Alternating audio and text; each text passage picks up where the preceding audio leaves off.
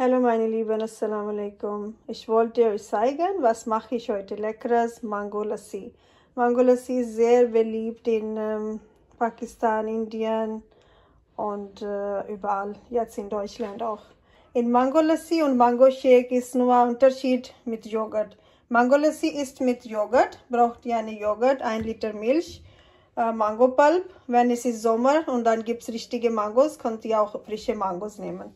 Und 2-3 Löffel Zucker. Zucker könnt ihr auch skippen oder wie ich mag, weniger Zucker benutzen. Ein bisschen 2 Löffel große Mango Pulp. 2 oder mehr nehmen wir. Ist das Mango Pulp süß oder das ist so Natur? Natur, süß.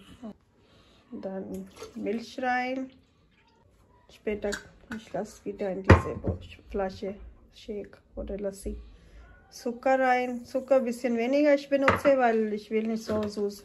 Und Joghurt rein. Aber wir haben alles reingemacht, Joghurt auch. So, mixen. Mixen, mixen, mixen. Und wenn es ist sehr warm, wir können noch Eiswürfel reinmachen. Ist in 1 Liter Milch 4 Löffel von Mango Pulp, 4 große Löffel. Und 4 Löffel Zucker. Oder dann probieren es. Wenn es ist weniger, dann könnt ihr auch noch mehr machen. Ja? Ist fertig. Mango Lassi ist so einfach. Ich trinke ohne Eiswürfel heute. Guck mal, mit 3-4 Euro so 1 Liter, mehr als 1 Liter Mango Lassi hast du jetzt.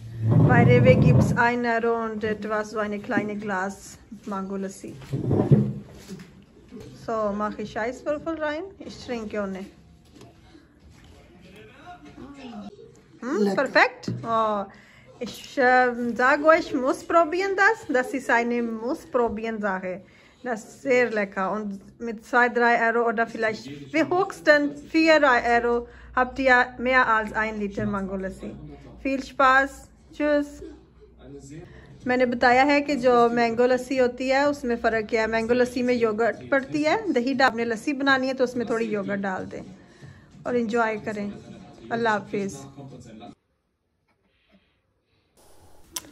Übrige Mango Pulp in eine Plastiktüte machen, Zip auf Plastiktüte und dann in Gefrierschrank frieren.